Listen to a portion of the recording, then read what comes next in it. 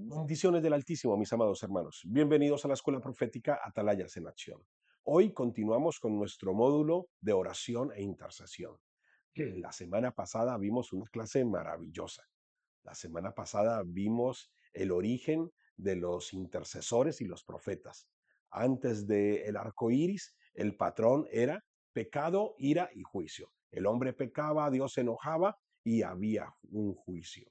Pero después del arco iris, ese patrón cambió completamente. Empezaron a aparecer hombres como Abraham, como Moisés, intercediendo por el pueblo, llamándolo al arrepentimiento, intercediendo delante de Dios a favor del pueblo. Entendíamos también la importancia de la oración y que uno de los grandes peligros de los intercesores es que en ocasiones no oramos. Creemos que todo es intercesión y se nos olvida que toda intercesión es oración. Toda intercesión es un tipo de oración, pero no toda oración tiene que ser intercesión.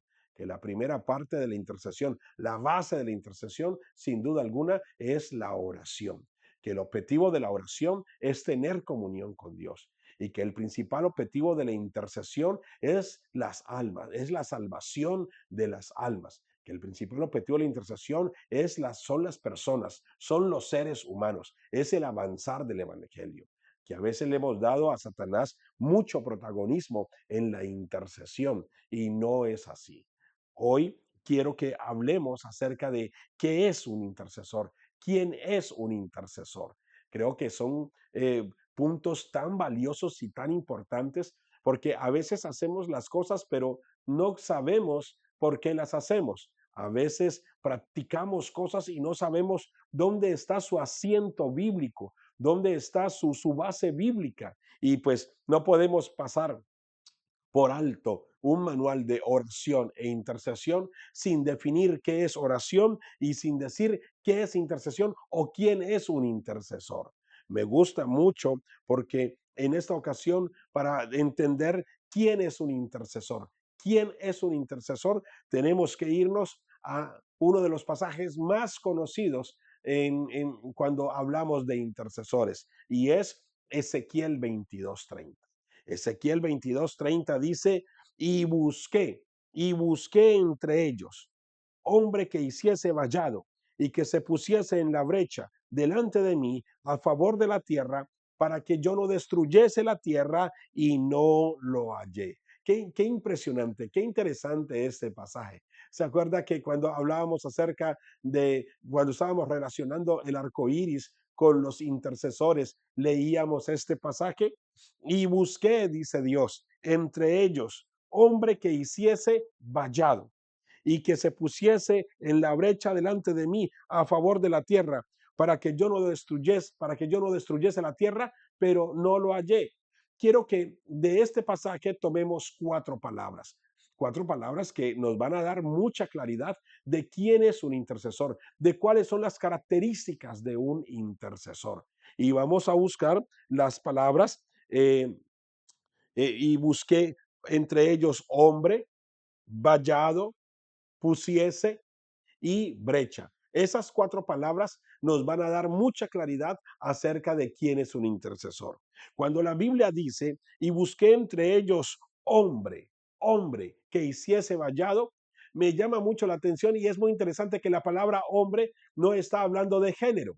No está hablando que la intercesión es exclusiva de los hombres, sino que está hablando de una cualidad, de una característica. Me gusta mucho entender esta cualidad y esta característica porque es importantísima para los intercesores. Mire que la palabra hombre viene del hebreo. Esa palabra que Ezequiel está usando allí en hebreo es la palabra ish, I-S-H, o como se pronuncie en hebreo. No la estoy pronunciando, simplemente la estoy leyendo. Pero me gusta mucho porque la palabra hombre significa ish. ¿Y sabe qué significa ish? Significa paladín, significa caballero fuerte y valeroso, significa un voluntario en la guerra, se distingue por sus hazañas, defensor, denodado de alguien o algo. Es el mismo hombre que es el mismo nombre que se utiliza en Primera de Samuel 17:14 para referirse a Goliat. Me gusta mucho. ¿Sabe por qué? Porque cuando nosotros hablamos de que Dios buscó hombres, esa palabra hombre allí es una cualidad. Y miren la cualidad: paladín, caballero fuerte, alguien valiente. En otras palabras, cuando Dios busca intercesores, lo primero que busca son valientes, valientes, paladines. Necesitamos ser valientes y paladines. El intercesor tiene que ser valiente, tiene que ser un paladín. El intercesor, permítame ir un poco más allá, tiene que creer en lo sobrenatural, tiene que creer en milagros. El intercesor, la principal característica es que debe de creer en lo sobrenatural, tiene que ser atrevido, amados, atrevido. Yo no me imagino a un intercesor lleno de cobardía. Yo no me imagino un intercesor que no cree en hazañas y que no cree en milagros. Yo no me imagino un intercesor que no sea atrevido. Por lo general, los intercesores tienden a venir en medio de una situación y creer que Dios lo puede hacer, creer que Dios puede resucitar, creer que Dios puede sanar, creer que Dios puede restaurar, creer que lo que es imposible para nosotros es totalmente posible para Dios. O sea que la palabra hombre, que es la palabra ish en hebreo, no está hablando de género, sino de una de las principales características del intercesor. Tenemos que ser atrevidos, tenemos que ser valientes. Cuando nosotros vamos a un intercesor para que nos ayude a orar, o cuando nosotros mismos oramos, cuando alguien viene y nos dice, estoy a punto de divorciarme o me estoy divorciando, nosotros nos llegamos a consolar y a decir, ay, pues ojalá te vaya mejor en el próximo matrimonio, no te preocupes, después de la tormenta la calma llegará. Por lo general, no sé si a usted le pasa, pero cuando a mí me traen una situación difícil, lo primero que viene a mi mente es, pues vamos a orar que está hablando Dios, vamos a orar que está diciendo Dios. Nuestro papel es orar y el papel de Él es responder. Hermano, me estoy divorciando, pues vamos a orar por tu matrimonio. No les damos la tarjeta de un buen abogado de divorcios. Mi mamá está muriendo, pues lo primero que hacemos no es dar un referido a la primera funeraria, sino que aún en medio de la situación más difíciles vamos a seguir clamando y orando porque creemos que el Dios al que nosotros clamamos es poderoso. ¿Se acuerda que alguna vez usted me ha escuchado decir que nuestras oraciones tienen que ser tan santas como santo es el Dios al que nosotros oramos? Pues también permítame añadir una más y decirle que nuestras oraciones tienen que ser tan llenas de fe y tan atrevidas como poderoso es nuestro Dios, como poderoso es nuestro Dios. Siempre que alguien viene y me dice, nos estamos divorciando, aún personas que me han dicho, me divorcié, yo todavía pregunto, ¿y hay una posibilidad de volverse a casar con esa misma persona? Porque hemos orado por personas a Dios, hemos orado por matrimonios que se han divorciado y hemos orado a Dios. Y sabe una cosa, hemos visto que ellos mismos se han vuelto a casar, se divorciaron, pero Dios los volvió a casar. Posiblemente esto no pase en todas las situaciones, pero el intercesor siempre está creyendo que Dios lo puede volver a hacer de nuevo. Me acuerdo que alguna vez estábamos en una celebración y nos llegó la noticia de un niño que iban a desconectar a la 1 de la tarde y la desconexión era totalmente ya para morir. Me acuerdo de ese domingo en hora de culto. Y me acuerdo que estuvimos orando y orando porque ya era la desconexión del niño, ya no había nada que hacer por él, ya la familia había dado permiso y autorización para que lo desconectaran. Después de la desconexión venía la muerte. Los médicos y la familia veía entre la desconexión simplemente segundos o minutos para la muerte. Pero nosotros oramos creyendo que había un tercer punto, que lo iban a desconectar, pero que antes de la muerte había un tercer punto en la mitad, y la mitad era, ¿y si lo desconectan y abre los ojos y se despierta y vive? Y sabe una cosa, me acuerdo el nombre del niño, se llama Ángel.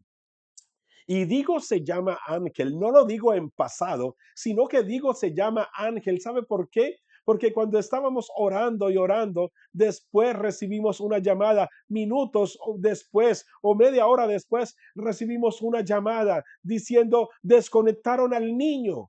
Y apenas desconectaron el niño abrió los ojos y lo primero que dijo es, quiero comerme una pizza. No estábamos pensando en que él muriera. Estábamos viniendo como Jairo, cuando le dijeron a Jairo que su hija estaba muerta. Pues Jairo, permítame un poco de locura creer que Jairo dijo, necesito una segunda opinión. No, oye Jairo, tu hija está muerta. Algunos dicen que estaba enferma, otros dicen que estaba muerta, pero permítame creer que Jairo dijo, necesito una segunda opinión. Y fue donde Jesús y le dijo, Jesús, mi hija está muerta. Y Jesús tuvo la otra opinión y le dijo, no está muerta, simplemente está dormida. Y Jesús se dirigió donde estaba la niña y la despertó, la resucitó.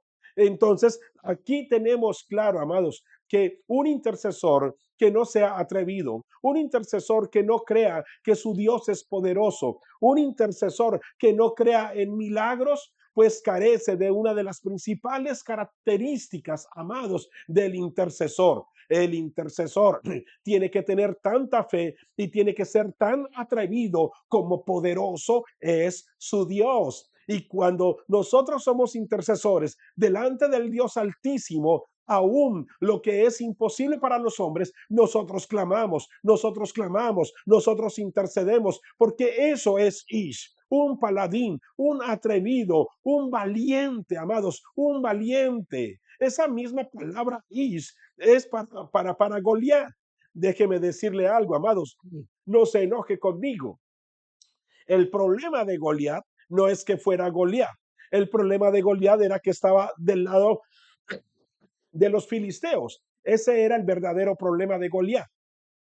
Un paladín, él era un valiente, era un atrevido que blandeaba su espada y retaba a los del ejército contrario. Entonces, si usted y yo vamos a ser intercesores, si usted es una intercesora, déjeme decirle, tenemos que ser atrevidos, tenemos que ser paladines, caballeros fuertes, valientes, voluntarios para la guerra. Me gusta mucho la palabra voluntarios para la guerra. ¿Sabe por qué?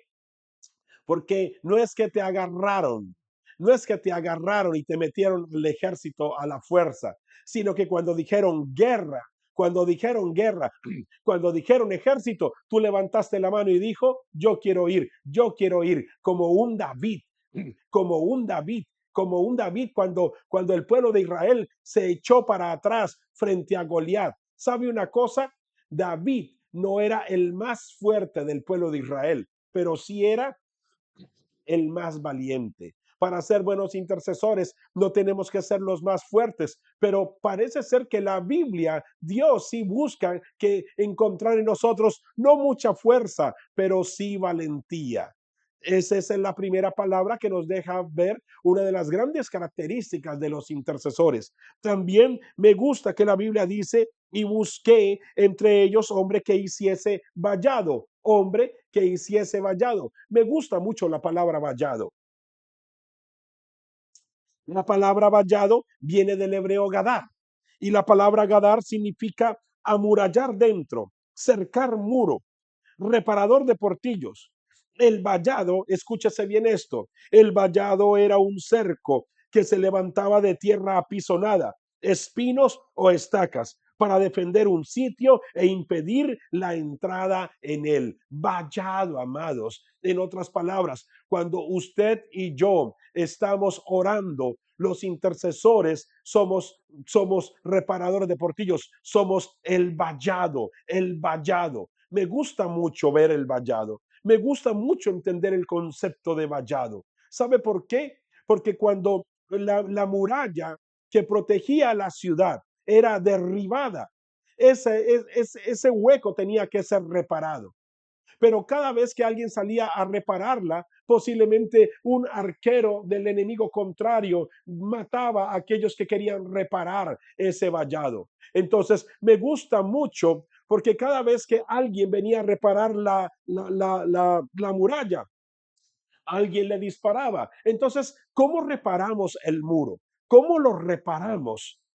Si cada vez que salimos a repararlo, alguien nos dispara. Pues sencillo. Ahora, este es el muro. Este es el muro.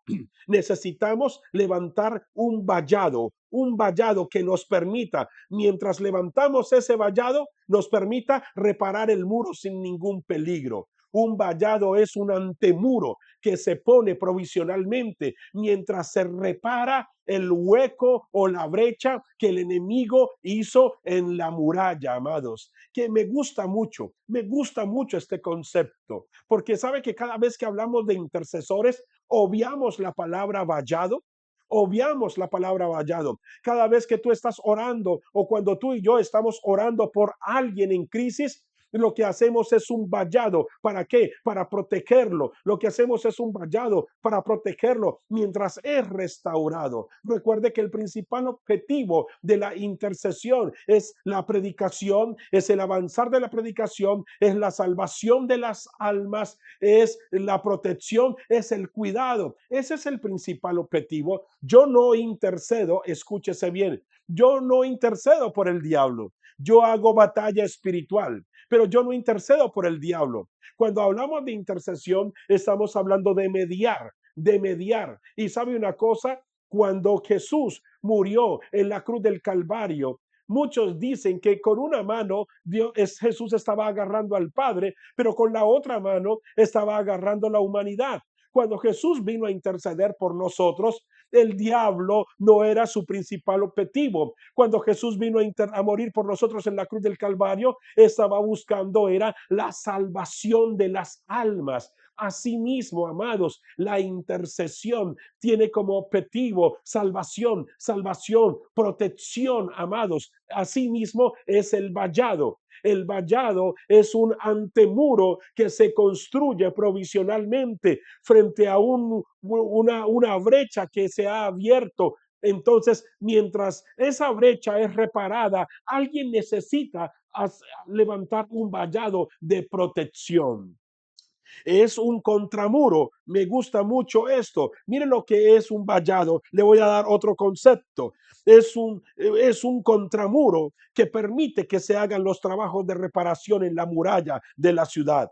No es el fin principal, es un medio por el cual se puede restaurar la grieta de la brecha. Escúchese bien, es un contramuro que permite que se hagan los trabajos de reparación en la muralla.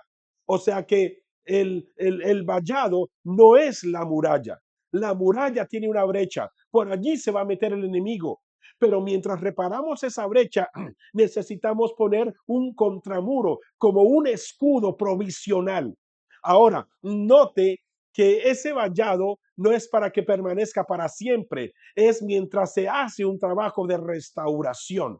Mientras se hace, el objetivo de ese vallado es dar tiempo para guardar, para restaurar y para proteger. Después de que se quite ese vallado, ya el muro está reparado. Como intercesores, amados, cada vez que piden oración por una ciudad, por una nación, por una persona, por un hogar, por un matrimonio, por una familia, necesitamos orar, pero necesitamos construir vallado. A veces las redes sociales nos hemos dejado minimizar tanto en la intercesión a través de íconos de redes sociales, porque a veces en los grupos de intercesión se mandan cualquier cantidad de peticiones. Y nuestra intercesión se ha vuelto dos manitos, un icono. Si estás intercediendo mucho, son tres manitos. Y ya, intercedimos, amados. Me parece que a veces acostumbrarnos tanto a estos grupos de redes sociales en vez de ir a hacer vallado. ¿Tú crees que hacer vallado, será que hacer vallado simplemente es poner una petición y poner tres manitos? Amados, hacer vallado es un antemuro Estamos cubriendo a la nación, estamos cubriendo a la persona, estamos cubriendo a la familia, estamos levantando un vallado mientras esa persona es restaurado. Estamos levantando, si tenemos la capacidad, estamos cubriéndola, estamos rodeando a esa persona, porque es que vallado es construir, vallado tiene que ver con restaurar, vallado tiene que ver con levantar un antemuro. Y no es por un momento, es mientras. ¿Sabes cuándo tú y yo deberíamos de dejar de orar por una persona? Amados, nosotros deberíamos dejar de orar por una petición hasta que esa petición se vuelva un testimonio. ¿Cuál es el límite? ¿Hasta cuándo yo debo de orar? Yo debería de orar. Yo debería de orar y de cubrir esa situación por la que estoy intercediendo hasta que esa situación se vuelve un testimonio. Pero amados, oramos y ni nos preocupamos si se murió, si Dios restauró, porque simplemente nos interesó poner dos manitos, simplemente nos interesó colocar un sticker y creemos que eso es intercesión. Eso no es intercesión, amados. Nosotros deberíamos dejar de orar. Nosotros deberíamos de dejar de orar por el enfermo hasta que esa situación se vuelva un testimonio o hasta que sepamos si Dios lo sanó o si murió, si qué pasó. Pero a veces no le hacemos seguimiento. El intercesor debe de hacerle seguimiento y debe de tener acompañamiento, debe de hacerle seguimiento y acompañamiento a esa petición. Eso es levantar un vallado. Pero a veces ponen tantas peticiones, pero a ninguna le hacemos seguimiento. Pastor, ¿y hasta cuándo yo debo de dejar de orar por esa petición? Pues amados, hay que hacerle acompañamiento, hay que saber qué pasó, qué sucedió, pero deberíamos de dejar de orar por esa petición hasta que esa petición ya usted pueda decir se volvió un testimonio. Dios sanó, Dios restauró, Dios liberó, Dios dio la provisión. Si sí o si no, pero hay que hacerle seguimiento. Somos ligeros en la manera de interceder. Número uno,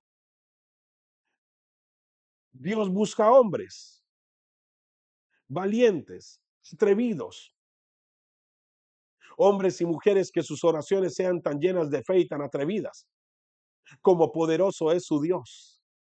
Número dos, vallado, que levanten vallado, que brinden acompañamiento, que estén en el proceso, que oren y oren hasta que esa intercesión o esa petición se vuelva un testimonio. Levantar un vallado mientras se restaura, mientras se sana, no va a ser para siempre, pero sí va a ser provisional, pero esa provisionalidad tiene un tiempo y es restauración, restauración. Luego la Biblia dice y que se pusiese. Ese ponerse me gusta mucho porque es la palabra hebrea amat. Y la palabra amat significa estar en varias relaciones. Afirmar, aquietar, arreglar, asentar, asistir, detener, interponer, permanecer, resistir, estar de pie, restaurar, restituir, señalar, servir, sostener. Amados, esa palabra es importantísima porque estamos hablando de una muralla. Estamos hablando de una ruptura en la muralla. Estamos hablando de una brecha que se abrió para invadir la ciudad. Pues el intercesor se pone en medio de la brecha, se pone en medio de la brecha. O sea, el vallado se pone mientras la brecha es reparada, mientras la brecha es reparada. Cuando la brecha es reparada, el vallado carece de sentido porque la muralla ya está restaurada. Esto es poderoso. Si nosotros como intercesores entendiéramos esto, amados, veríamos más peticiones volviéndose en testimonios. A hoy en día muchas peticiones caen en el limbo, amados. Las personas no se sienten acompañadas. No estamos acompañando las naciones porque no nos estamos poniendo en la mitad. No nos queremos involucrar. Creemos, amados, que interceder son dos o tres palabras y ya. Y nos sentimos intercesores.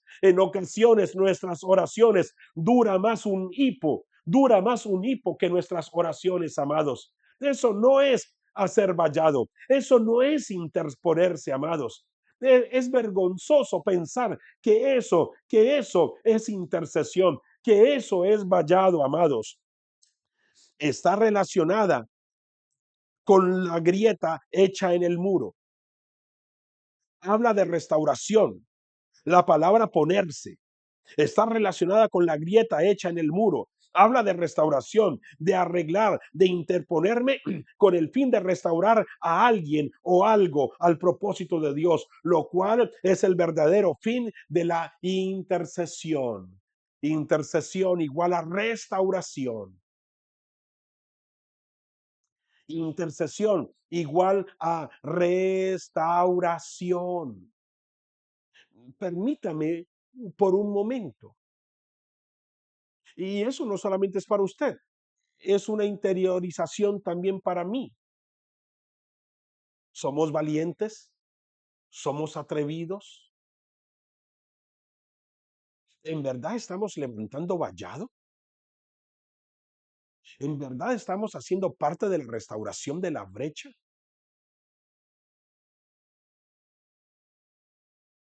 ¿En verdad estamos siendo parte de la restauración? ¿Estamos brindando acompañamiento hasta qué?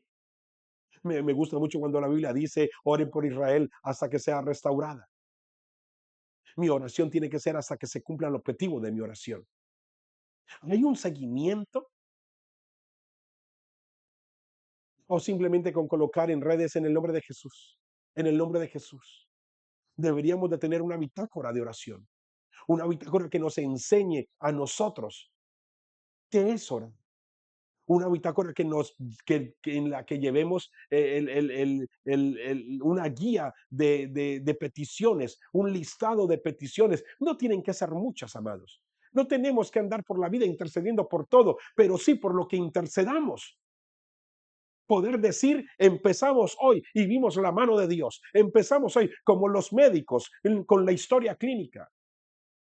Entró tal día, se le aplicó tal medicamento, reaccionó de esta manera, se le aplicó tal otro medicamento, lo llevamos a cirugía, empezamos la recuperación, vimos la mejoría, le dimos salida tal día, le vamos a dar salida tal día. Eso, amados, eso es levantar vallado, eso es reparar la brecha. Tenemos que ser como los médicos, amados. Tenemos que tener una historia clínica de cada petición.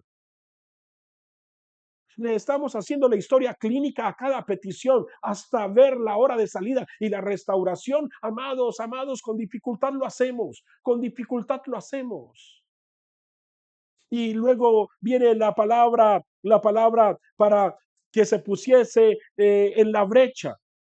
Necesitamos ponernos, necesitamos estar en la mitad para reparar esa brecha, brecha, brecha, brecha, brecha.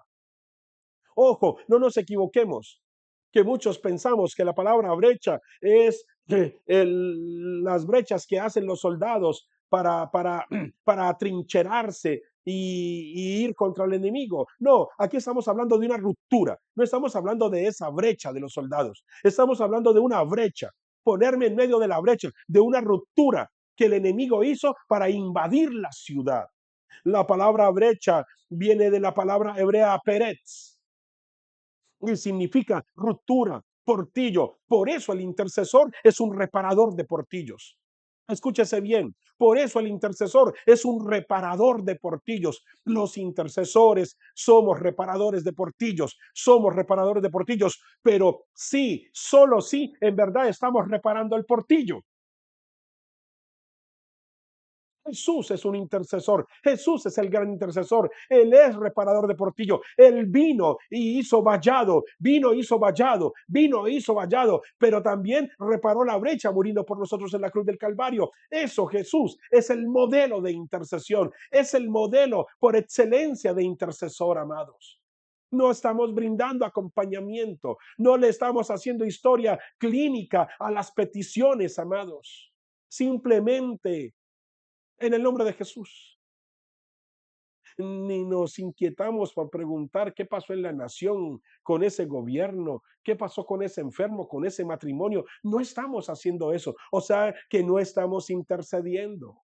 No estamos intercediendo. Estamos reuniendo a la iglesia a interceder, a orar, pero no les estamos dando las herramientas para interceder, para ser intercesores. Recuerde que el intercesor, los intercesores somos quienes, los dolientes de las naciones. Los intercesores somos los dolientes de las naciones.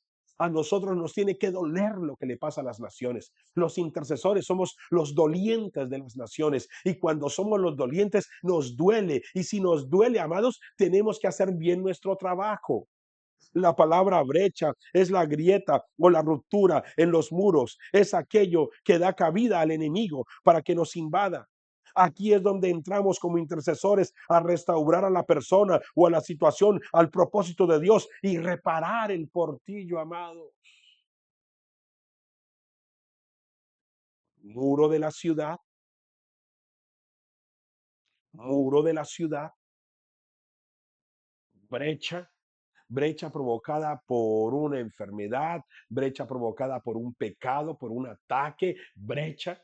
Esa brecha es un peligro porque por ahí el enemigo puede invadir y apenas vemos esa brecha, el intercesor aparece, levanta un vallado y ese vallado es temporal mientras la brecha es reparada. Cuando la brecha es reparada, el vallado es quitado, es derribado, es destruido por el enemigo, pero cuando ya va a atacar, ya no va a poder porque la brecha se reparó.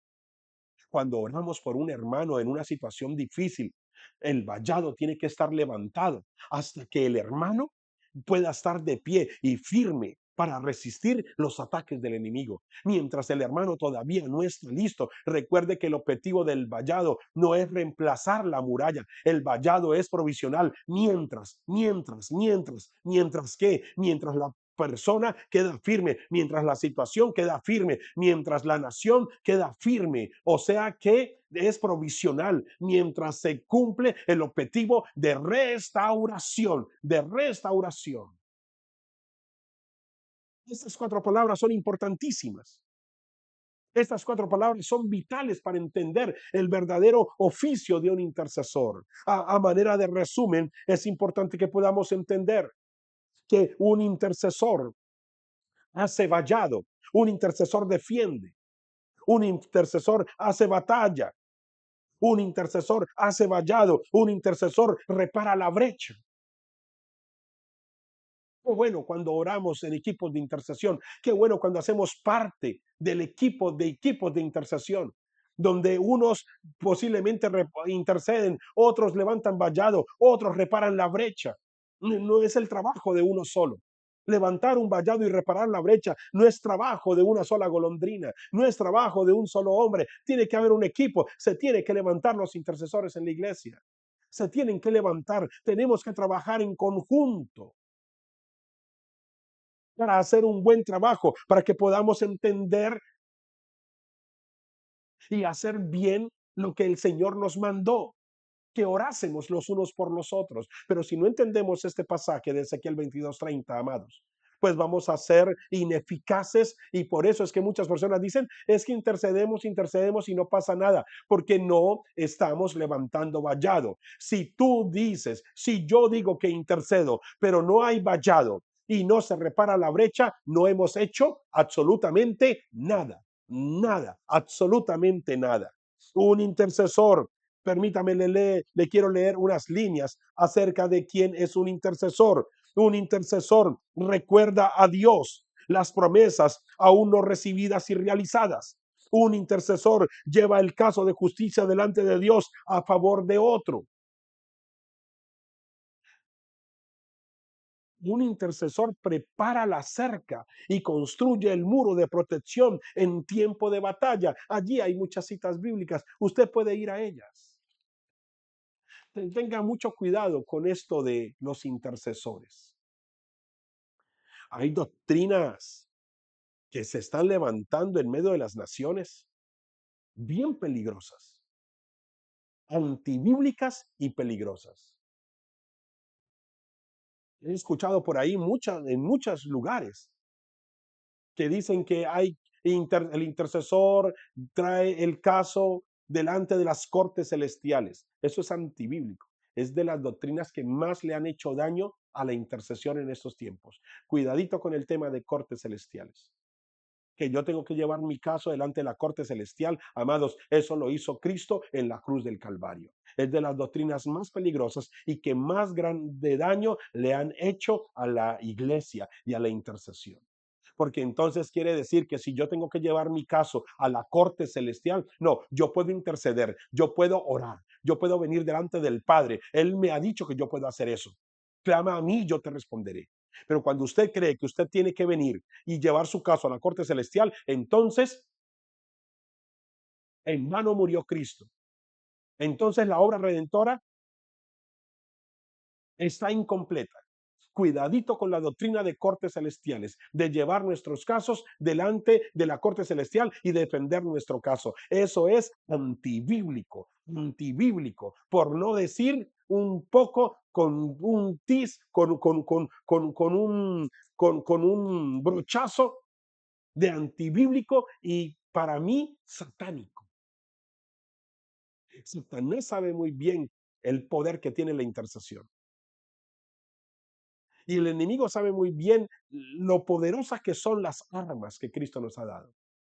Por eso el enemigo sabe que no puede hacer nada contra esas armas. Pero si él logra en las armas meter balas de salva, él va a lograr mucho. La iglesia, hay un sector de la iglesia que está intercediendo, pero cuando intercedemos e intercedemos antibíblicamente, estamos haciendo el trabajo, estamos disparando, pero estamos disparando balas de salva. No va a servir de nada. Estamos haciendo un trabajo, amados, ineficaz, porque las cosas tienen que ser según el modelo de Dios. Ten mucho cuidado con la doctrina de las cortes celestiales. Ten mucho cuidado, es totalmente antibíblico, no tiene razón, no tiene asidero bíblico en ningún momento. Jesús es el gran ejemplo de intercesión. Jesús hizo vallado, él hizo vallado. Él hizo vallado porque murió por nosotros y llevó consigo toda maldición. Juan 3:16 lo dice, porque de tal manera amó Dios al mundo que ha dado a su Hijo unigénito para que todo aquel que en él crea no se pierda, mas tenga vida eterna. Él en la cruz vino e hizo vallado, amados. Jesús se puso en la brecha. Juan 3, 17, 18, porque no envió Dios a su Hijo al mundo para condenar al mundo, sino para que el mundo sea salvo por él. El que en él cree no es condenado, pero el que no cree ya ha sido condenado, porque no ha creído en el nombre del unigénito Hijo de Dios. Jesús vino y en su cuerpo hizo vallado, reparó la brecha, cuando abrió un nuevo camino al Padre y cuando resucitó. Y porque Él vive, nosotros viviremos. Allí fue reparada la brecha. ¿Estamos haciendo esto? ¿En verdad estamos reparando la brecha? ¿En verdad estamos poniendo vallado? Si no lo estamos haciendo, amados, no estamos siendo verdaderos intercesores. No estamos siendo verdaderos hombres y mujeres de Dios que hagan vallado, que se pongan en la brecha, que reparen. Y por eso es que no estamos viendo la mano de Dios. Veamos algunas herramientas para usar en la oración y en la intercesión. Quiero que veamos algunas herramientas que Dios nos ha entregado, porque como intercesores tenemos que echar mano a la dotación que Dios nos ha entregado para interceder y para orar eficazmente. Me gusta mucho, me gusta mucho. En el manual hay mucho más contenido. Simplemente voy a comentarlas, pero en el manual hay mucho más contenido. Número uno, nuestra primer y gran herramienta para ser intercesores eficaces? Número uno, nuestra posición en Cristo. Eso es clase de discipulado nivel uno. Nuestra posición en Cristo. Nuestra posición en Cristo. Efesios 1, 18, 23. Pido que Dios les ilumine la mente para que sepan cuál es la esperanza a la que han sido llamados, cuán gloriosa y rica es la herencia que Dios da al pueblo santo y cuán grande y sin límites es su poder, el cual actúa en nosotros los creyentes. Este poder es el mismo que Dios mostró con tanta fuerza y potencia cuando resucitó a Cristo y lo hizo sentar a su derecha en el cielo, poniéndolo por encima de todo poder, autoridad, dominio y señorío, y por encima de todo lo que existe, tanto en este tiempo como en el venidero. Sometió todas las cosas bajo los pies de Cristo y a Cristo mismo lo dio a la iglesia como cabeza de todo. Pues la iglesia es el cuerpo de Cristo, de quien ella recibe su plenitud y a que Cristo es quien lleva todas las cosas a su plenitud. Amados, nuestra posición en Cristo. La Biblia dice que nosotros estamos sentados en lugares celestiales juntamente con Cristo Jesús. Nuestra posición en Cristo. Nosotros somos hijos de Dios. Nosotros tenemos autoridad. Nosotros somos hijos de Dios. Hemos sido salvos. Hemos sido redimidos. Nosotros somos el cuerpo de Cristo porque Él es la cabeza y Él es la cabeza la que es la plenitud de todo y quien le da la plenitud también a la iglesia. O sea que de entrada, como intercesores, tenemos que tener claro que una de las principales herramientas es tener clara nuestra posición en Cristo. Soy un hijo de Dios. Estoy sentado en lugares celestiales juntamente con Cristo Jesús. La gloria del cuerpo depende de la gloria de la cabeza. Nuestra autoridad y poder no depende de sí mismos, sino de que Cristo es nuestra cabeza, amados. Tenemos autoridad en el nombre de Jesús. Ser humildes no es tener baja autoestima. Ser humildes es reconocer que todo lo que tenemos y somos se lo debemos a Dios, amados.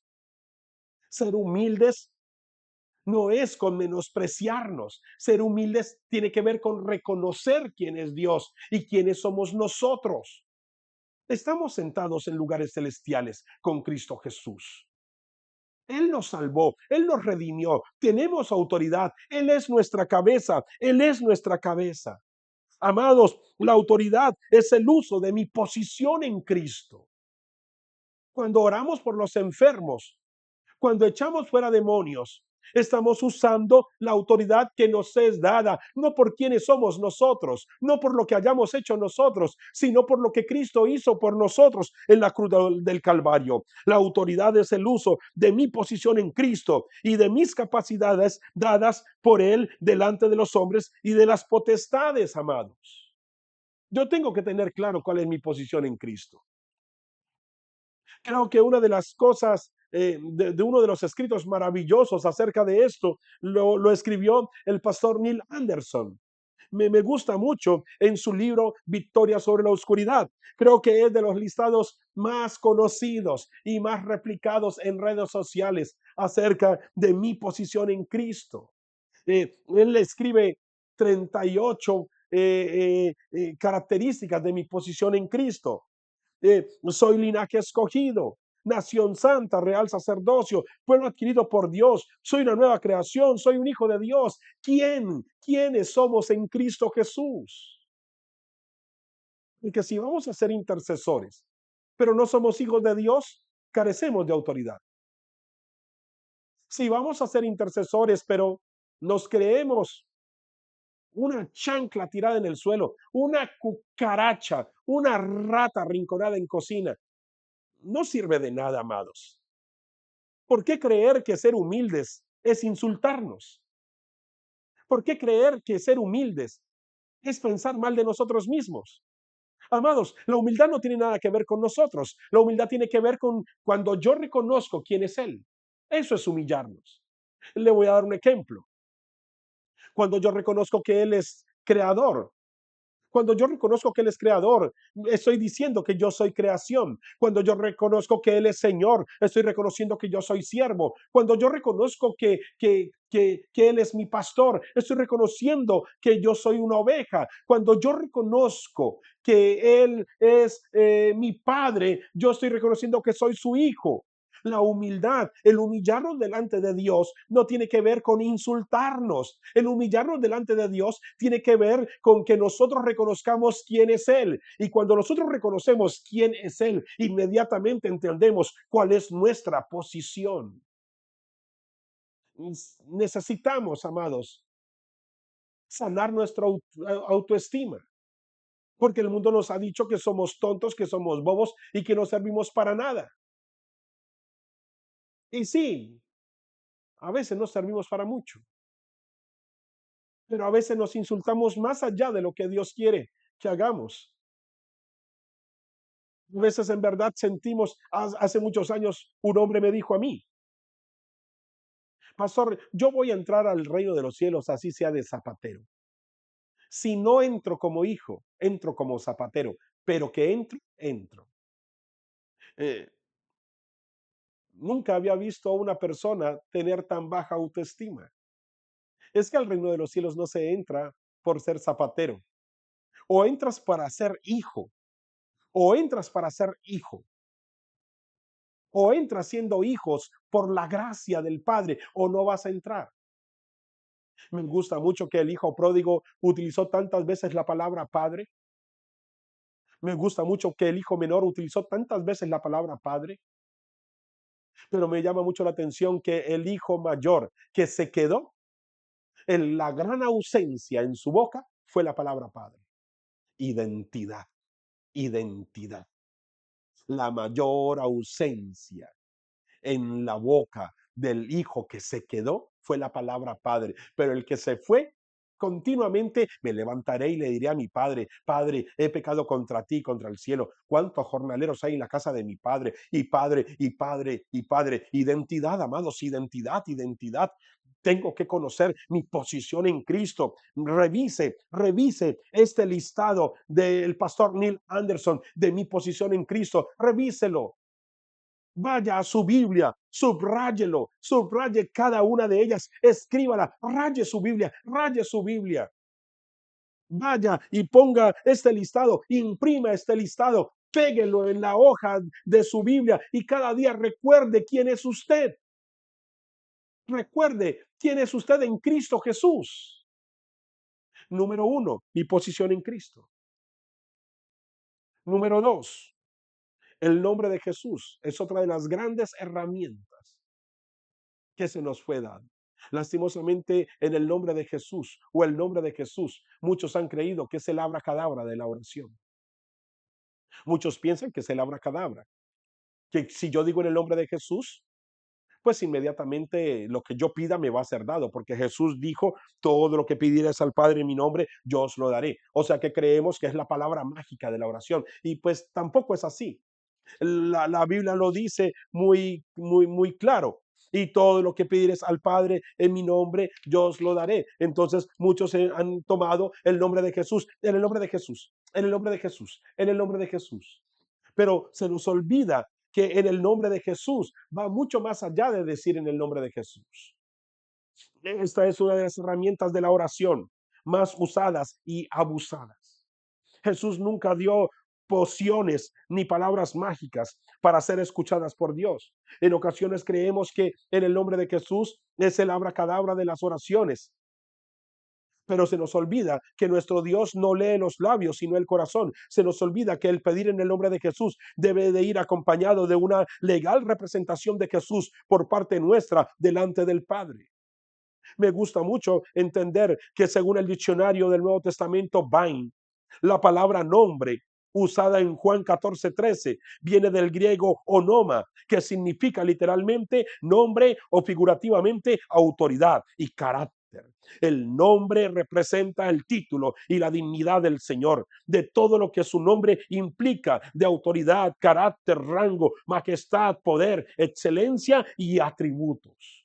Pensar que yo puedo decir, vengo en el nombre de Jesús, pero estoy lejos de la voluntad de Dios. Estoy lejos de representar ese nombre. Pensar que yo voy a ser escuchado en el cielo cuando en mi boca tengo el nombre de Jesús, pero en mi vida me alejo totalmente y disto totalmente de un estilo de vida. Pensar que Dios me tiene que contestar es atentar contra la integridad de Dios.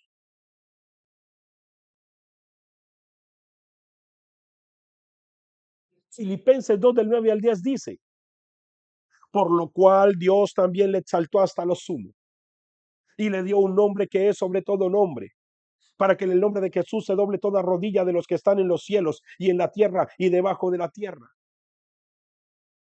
Amados, no es decir en el nombre de Jesús, es representar con nuestra vida ese nombre.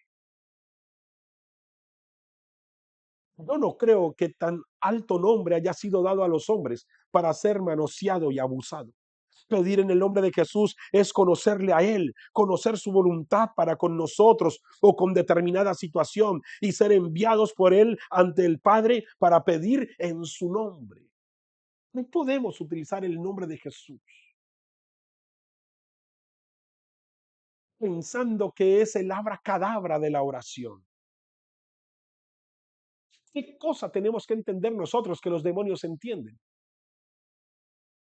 ¿Qué cosa tenemos que entender nosotros del nombre de Jesús que los demonios entienden, pero que a veces nosotros pareciera ser que no lo entendemos?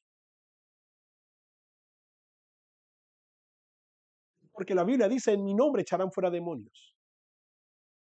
Los demonios corren a ese nombre. ¿Qué conocen ellos que nosotros no entendemos, amados?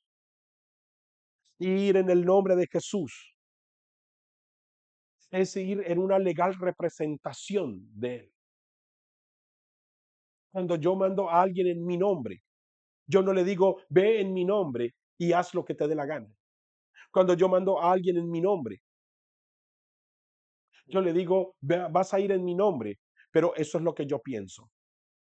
En otras palabras, tú vas a ir a hacer lo que yo haría si yo estuviera presente. Tú vas a ir a hacer lo que yo haría. Tú vas a comportar como yo me comportaría si yo estuviera presente. ¿Estamos orando de esa manera? ¿O estamos diciendo en el nombre de Jesús, pero pido lo que a mí me da la gana? No, amados. Si vamos a pedir en el nombre de Jesús, tenemos que pedir conforme a su voluntad y conforme a su propósito. Número dos. Número tres, la confesión de la palabra escrita de Dios. Tenemos que acostumbrarnos a interceder con la palabra. Nosotros tenemos que volver a memorizar la Biblia. Tenemos que volver a estudiar la palabra de Dios. El enemigo y las enfermedades y el mundo espiritual conoce muy bien el poder de la palabra de Dios. En Mateo 4, del 1 al 11, Satanás tentó a Jesús con la Biblia, pero Jesús le venció con la palabra de Dios. Amados, este mundo fue creado por la palabra. Todo fue creado por la palabra. Todo fue creado por la palabra. Como todo fue creado por la palabra, todo responde a la palabra. Pero no a mi palabra, a la palabra de Dios. Todo lo que tú le apliques, la palabra de Dios tiene que responder a la palabra. Hasta los demonios. Pues Dios no creó los demonios, pero sí creó los ángeles. Sí creó al ser humano. Y en algún momento, no sé cuál sea su punto de vista, pero en algún momento los demonios o fueron ángeles creados por Dios, o para muchos son el espíritu de una generación preadámica, pero donde sea, los demonios tuvieron un origen que después se pervirtieron, fue otra cosa. Es como Satanás. Dios no creó a Satanás, pero tuvo un origen en Dios cuando Dios creó al lucero de la mañana, independientemente de su perdición, independientemente de su corrupción, tuvieron un origen, una esencia en Dios.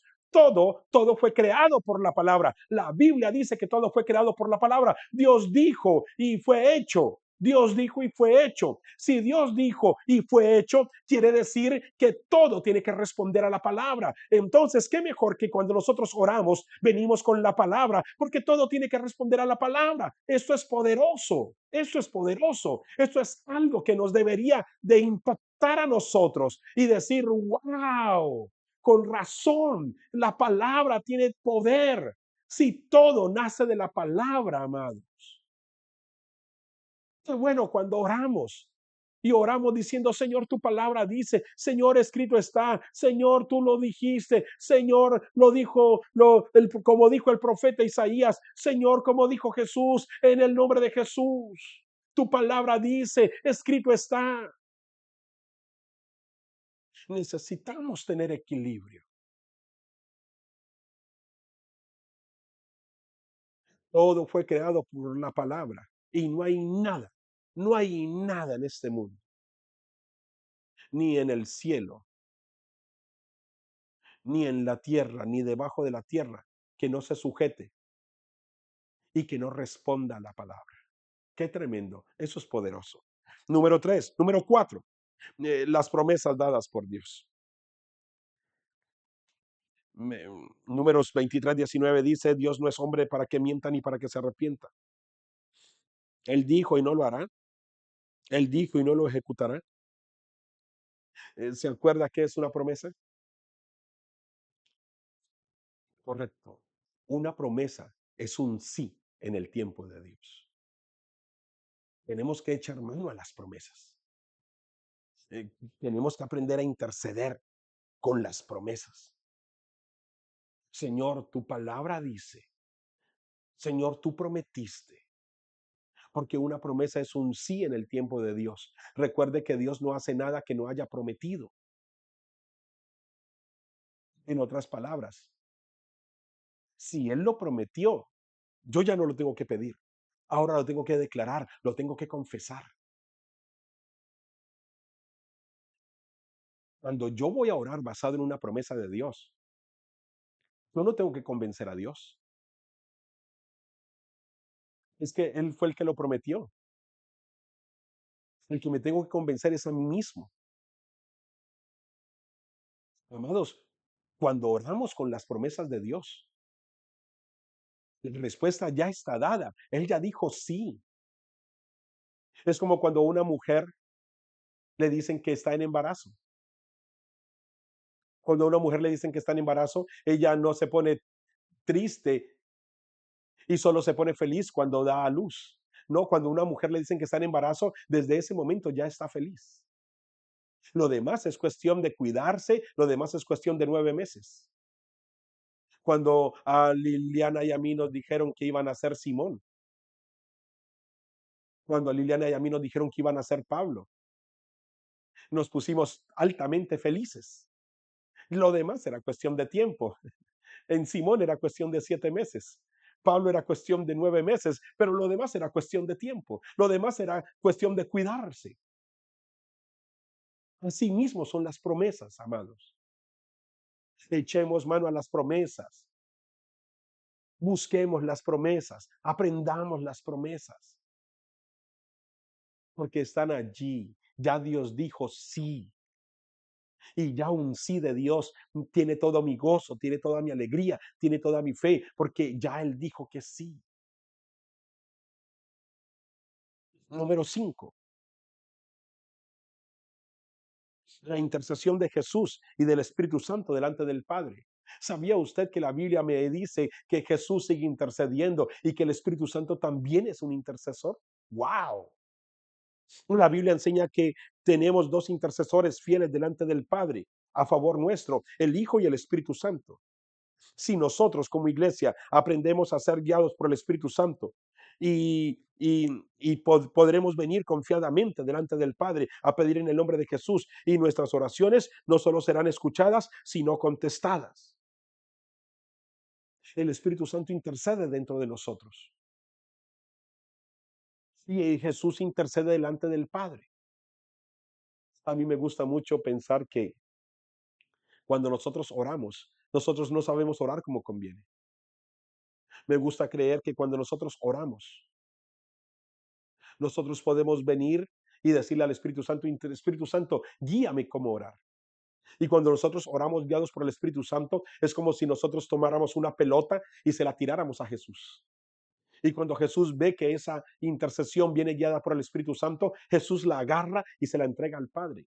Home run. Amén. Apuntamos. Pero cuando nosotros oramos lejos de la voluntad, no guiados por el Espíritu Santo, nosotros tomamos esa petición y se la tiramos a Jesús.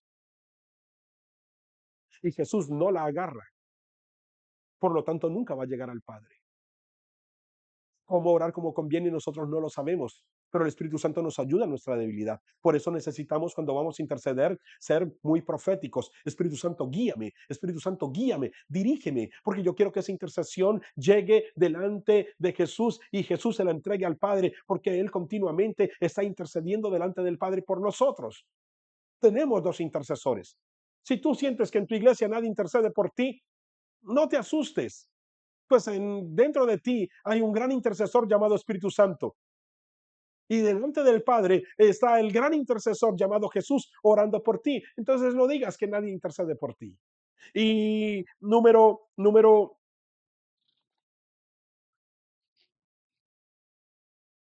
ok, esas eran cinco herramientas, cinco herramientas para interceder.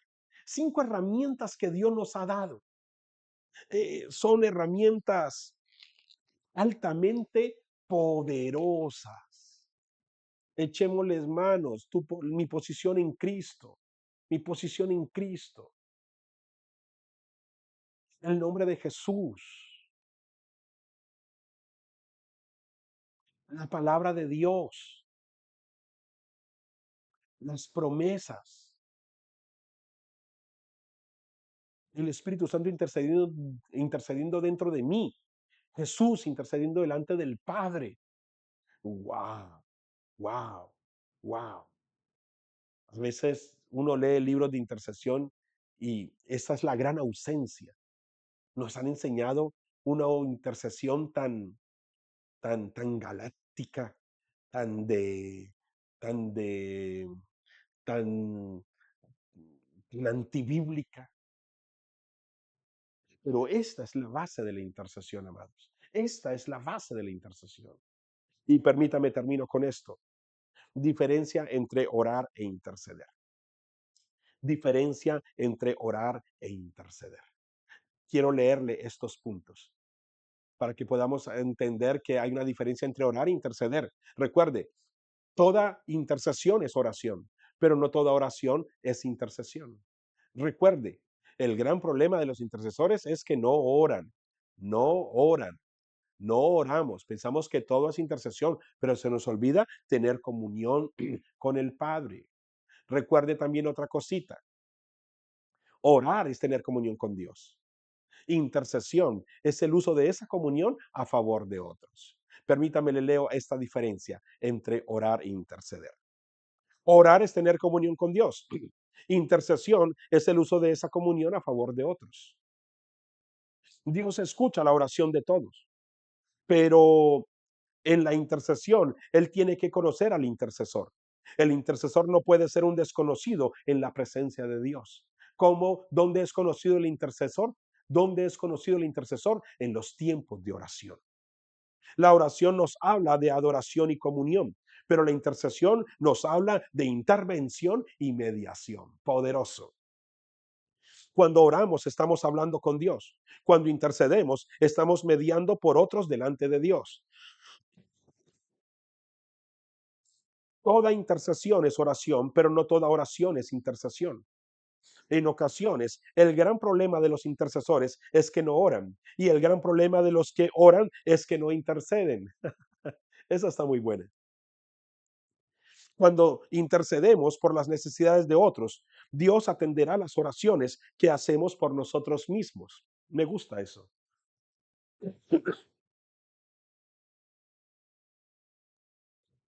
Oración sin intercesión es egoísmo. Es querer estar a solas con Dios en el monte de la transfiguración, olvidándome de los demás. ¿Te acuerdas? Monte de la transfiguración, Pedro, Jacobo y Juan, Moisés, Elías. Señor, ¿a qué bajamos? A veces queremos acaparar a Dios para nosotros mismos, pero se nos olvida que Él vino para traer vida, vida eterna y para salvar y para que nadie perezca y que se nos dio el ministerio de la reconciliación. Intercesión sin oración es un peligro, pues mi vida de intercesión debe de estar totalmente respaldada por mi vida de comunión con Dios. Recuerde que mi intimidad con Dios intimida a Satanás. El diablo no corre ni los demonios huyen por quién soy yo, sino por quién soy yo para Dios. La Biblia dice que nosotros somos como la niña de sus ojos, como la niña de sus ojos. Quiere decir que es un lugar, tenemos que ser íntimos, íntimos. Por eso nuestra intimidad con Dios es a lo que los demonios huyen.